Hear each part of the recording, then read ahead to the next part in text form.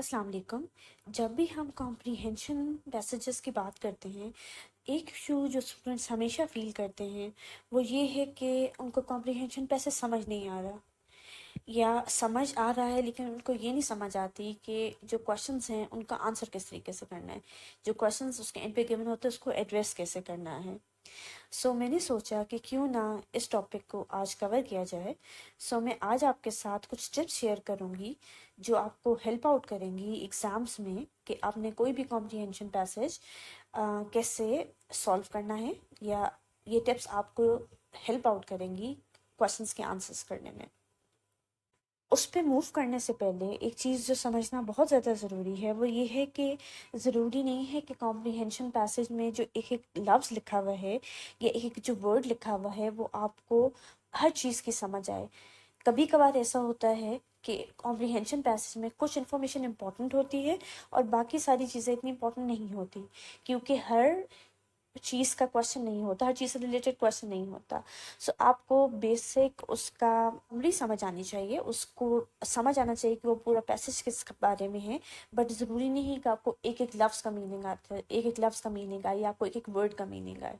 अगर आपको ये समझ आ गया कि वो कॉम्प्रिहेंशन किस बारे में है, या वो पैसेज या वो पैराग्राफ्स किस बारे में है, तो आप ईज़िली क्वेश्चंस को आंसर कर सकेंगे। फर्स्ट टिप जो मैं आपके साथ शेयर कर रही हूँ, वो है read the questions first.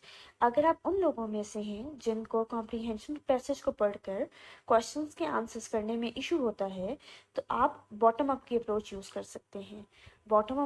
Bottom up की अप्रोच अब क्या है? इसमें आप पैसेज को रीड करने से पहले जो उसके एंड में क्वेश्चन गिवन होते हैं, उसको एक दफ़ा रीड आउट कर लें। इसका फ़ायदा क्या होगा? इसका फ़ायदा ये होगा कि बाद में आपको पैसेज पढ़ते हुए आइडिया हो जाएगा कि एक्चुअली डिमांड क्या है, कि एक्चुअली पैसेज डिमांड क्या कर रहा है।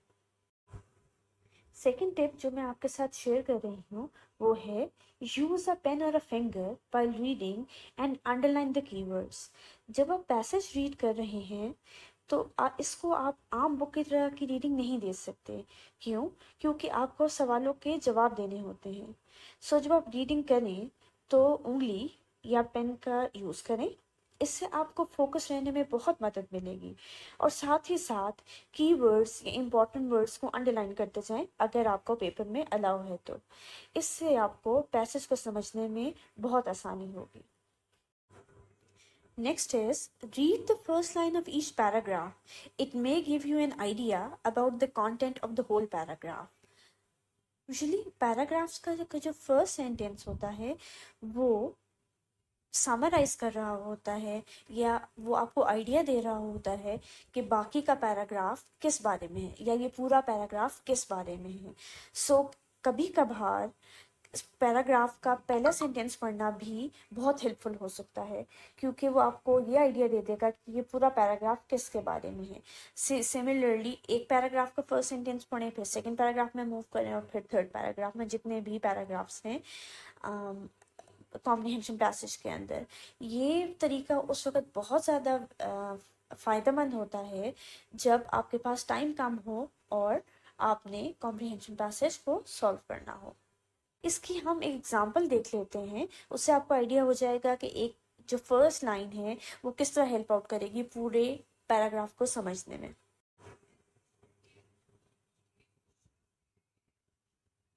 अगर आप देखें तो आपके सामने इस वक्त 3 पैराग्राफ्स मौजूद हैं, और इन तीनों पैराग्राफ्स का फर्स्ट सेंटेंस जो है वो हाईलाइट है। फर्स्ट पैराग्राफ को अगर हम देखें, drug addiction is a common problem all over the world. First paragraph की फर्स्ट लाइन को हमें देख के पढ़ के ये आइडिया हो रहा है कि ये पूरा पैराग्राफ किसके बारे में है? ड्रग एडिक्शन की प्रॉब्लम के बारे में। ये एक बहुत बड़ी प्रॉब्लम है पूरी दुनिया के लिए। और अगर आप इसके बाकी सेंटेंसेस को रीड करें, इसके बाकी पैराग्राफ को रीड करें, तो इसी सेंटेंस को एलाबोरेट कर रहा है। Similarly, second paragraph. Drug addiction is caused by the environmental factors. अगर आप बाकी पैराग्राफ को इग्नोर करके सिर्फ इस सेंटेंस पे फोकस करें, तो इससे हमें ये आइडिया हो रहा है कि सेकंड पैराग्राफ किसके बारे में होगा? ड्रग एडिक्शन जो है उसको कॉज करने में environmental factors include होते हैं, और the rest of the paragraph is basically explaining this sentence. और इसको हम एक दफ़ा रीड करते हैं. It says a few environmental factors that may cause drug addiction are bad peer influence, peer mean friend, and poor domestic background. So अगर आप देखें तो नेक्स्ट 3 लाइन्स जो हैं वो फर्स्ट सेंटेंस को ही एक्सप्लेन कर रही हैं. Similarly, third paragraph, the most important measure to be taken in this regard is recovery and rehabilitation of the drug addicts. इस लाइन को रीड करके हमें क्या पता चला कि ड्रग एडिक्ट्स को बचाने के लिए सबसे इम्पोर्टेंट स्टेप जो लिया जा सकता है वो इनकी रिहेबिलिटेशन है, वो इनका क्योर है, वो इनकी रिकवरी है. सो जो ये पैराग्राफ है वो डेफिनेटली उन मेथड्स के बारे में होगा जिससे ड्रग एडिक्ट्स को रिहेबिलिटेट किया जा सकता है. और यही सारी इंफॉर्मेशन जो है वो नेक्स्ट 4 लाइन्स दे रही है. इन 3 पैराग्राफ से हमें क्या पता चला कि किसी भी पैराग्राफ की फर्स्ट लाइन कैसे हेल्पफुल हो सकती है बाकी पैराग्राफ को समझने में.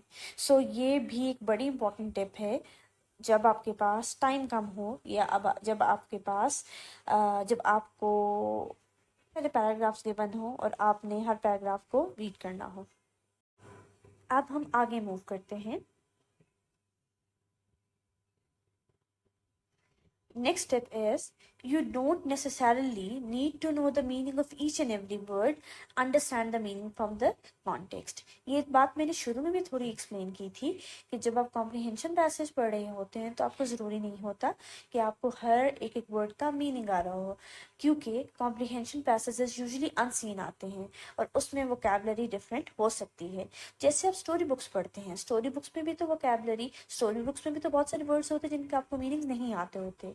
सो उनके मीनिंग्स आप कैसे फाइंड आउट करते हैं? आप हर दफ़ा आपके पास डिक्शनरी मौजूद नहीं होती, बट आप उनके meanings from the context understand करते हैं. कॉन्टेक्स्ट का क्या मतलब है? अगर आपको कोई वर्ड मुश्किल लग रहा है, किसी वर्ड का मीनिंग नहीं आ रहा, तो एट टाइम्स उस वर्ड के साथ जो और वर्ड्स होते हैं या उस पूरे सेंटेंस को पढ़ के या पूरे पैराग्राफ को पढ़ के आप किसी भी वर्ड का मीनिंग फिगर आउट कर सकते हैं. सो इस तरीके से आपको उस वर्ड का मीनिंग समझने में या उस सेंटेंस का मीनिंग समझने में या उस पैराग्राफ का मीनिंग समझने में बहुत हेल्प हो सकती है. Next is focus and read the paragraph or passage and its questions at least thrice before jotting or writing down the answers to make sure you actually write what's demanded. जब भी आप passage को पढ़ें या उसके अंदर मौजूद paragraphs को पढ़ें तो कोशिश करें कि उनको एटलीस्ट, अगेन ये आपके टाइम पे डिपेंड करता है, कि एटलीस्ट उनको 3 दफ़ा ज़रूर पढ़ें, क्वेश्चंस को भी और पैसेज को भी, ताकि आप क्लियर हों कि जो क्वेश्चंस की डिमांड है आप उसको पूरा कर रहे हैं कि नहीं, और आपको पता हो कि आप बेसिकली क्या आंसर करने वाले हैं, क्या जो क्वेश्चन की रिक्वायरमेंट है आप उसको फुलफिल कर रहे हैं कि नहीं कर रहे हैं.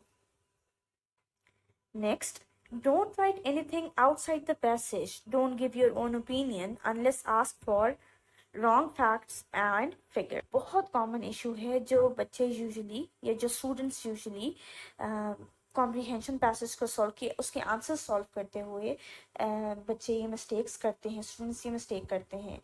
एक चीज़ याद रखें, क्योंकि आप कॉम्प्रीहेंशन पैसेज को आंसर कर रहे हैं, आप उसकी जो अंदर गिवन इंफॉर्मेशन है उससे आप बाहर किसी सूरत नहीं जा सकते, आप किसी का अपना ओपिनियन नहीं दे सकते अनलेस क्वेश्चन की डिमांड ना हो. आपने अपना ओपिनियन नहीं देना, आप कोई भी गलत फैक्ट और फिगर्स कोट नहीं कर सकते, क्योंकि ये बड़ा मिसलीडिंग सा होगा. तो जब आप पैसेज का आंसर कर रहे हैं तो मेक श्योर कि उस पैसेज के अंदर जो इंफॉर्मेशन है उससे आप किसी सूरत बाहर ना जाएं. And finally, the last is improvement of vocabulary is the key in learning and understanding any language. Read books, articles, newspapers, watch English programs. किसी भी लैंग्वेज को सीखने के लिए जो चीज़ बहुत इम्पॉर्टेंट है वो है vocabulary. सो आपकी वोकैबलरी जितनी अच्छी होगी आपका क्रिएटिव वर्क उतना अच्छा होगा, आप कॉम्प्रीहेंशन पैसेज को उतना अच्छा सॉल्व कर पाएंगे, आप किसी की बात उतनी अच्छी समझ पाएंगे. सो अपनी वोकेबलरी को बेहतर से बेहतर बनाने की कोशिश करें। उसके लिए बुक्स पढ़ें, आर्टिकल्स पढ़ें, न्यूज़पेपर पढ़ें, प्रोग्राम्स देखें। जितना आप देखेंगे उतना आप न्यू वर्ड्स लर्न करें।